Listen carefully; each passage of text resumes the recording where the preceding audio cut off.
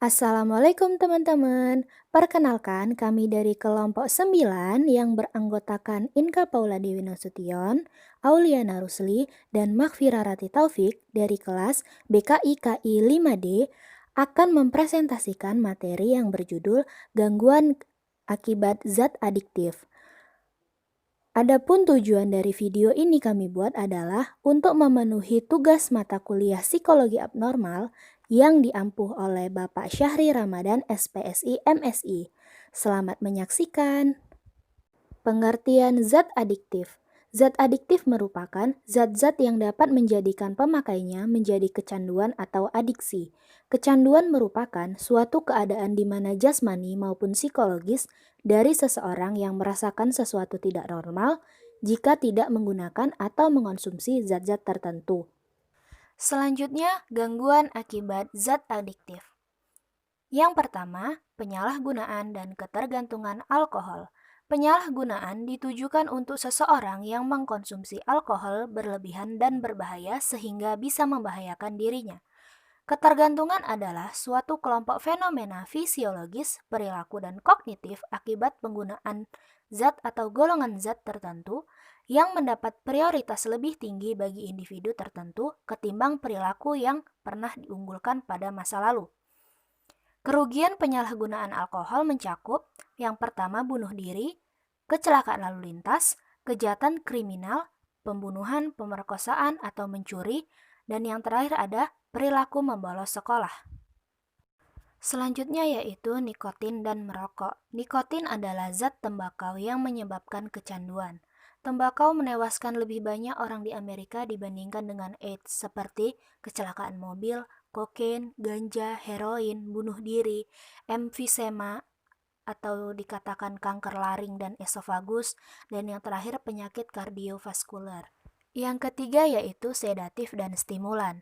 Sedatif melambatkan berbagai aktivitas tubuh dan mengurangi responsivitasnya.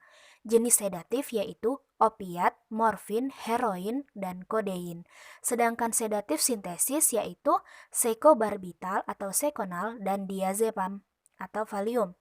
Sedatif sintesis berfungsi sebagai penenang agar seseorang dapat tidur atau menjadi rileks. Sedangkan stimulan untuk meningkatkan keterjagaan dan aktivitas motorik. Jenis stimulan yaitu amfetamin, kokain, dan metamfetamin.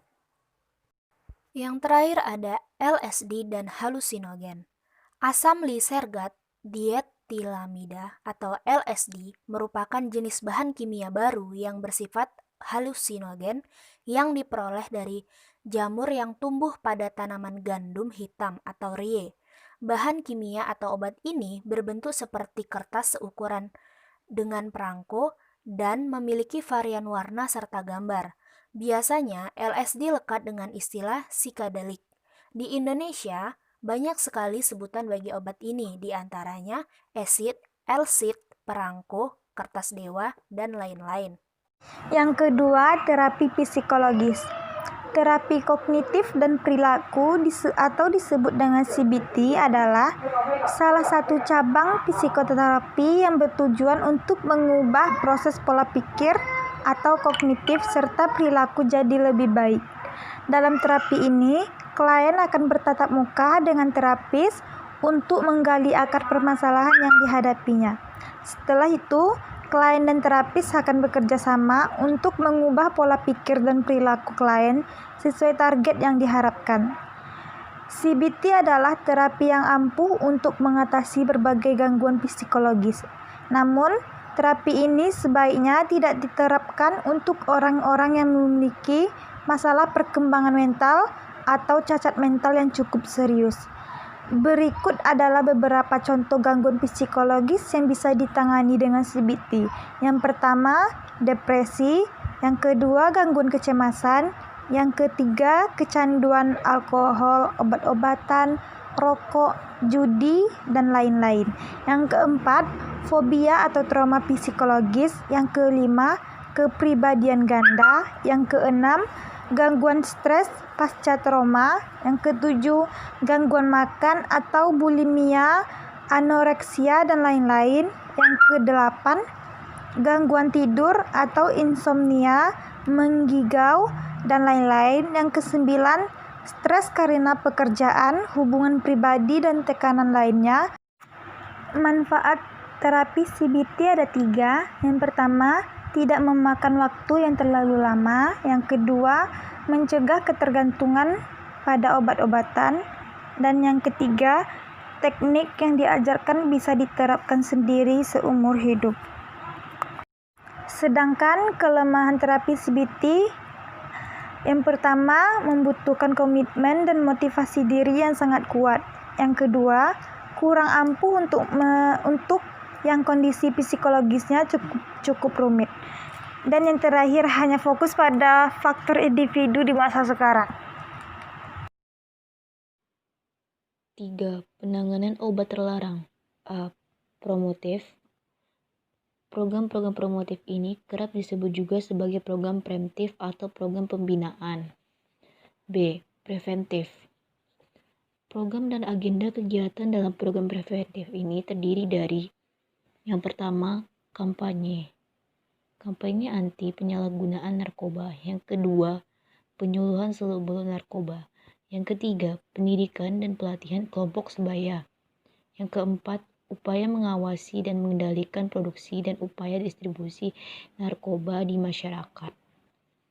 C. Kuraktif. Program ini juga dikenal dengan program pengobatan, di mana program ini ditujukan kepada para pemakai narkoba.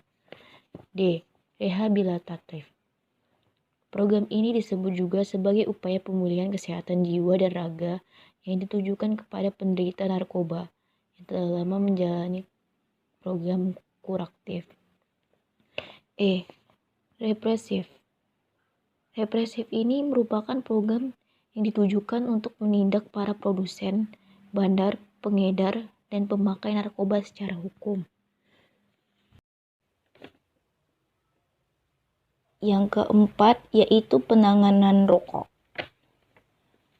Yaitu cara menanganinya yaitu dengan yang pertama mengelola stres, yang kedua hindari pemicu, yang ketiga terapi penggantian nikotin, yang keempat libatkan keluarga dan teman-teman dekat, yang kelima terapi perilaku, yang keenam membersihkan rumah, yang ketujuh olahraga, yang kedelapan pola makan sehat, yang kesembilan pikiran keuntungannya, yang ke-10 hipnotis, yang ke-11 akupuntur, yang ke-12 obat-obatan, yang ke-13 terus berusaha.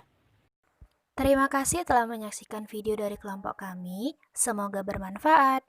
Wassalamualaikum warahmatullahi wabarakatuh.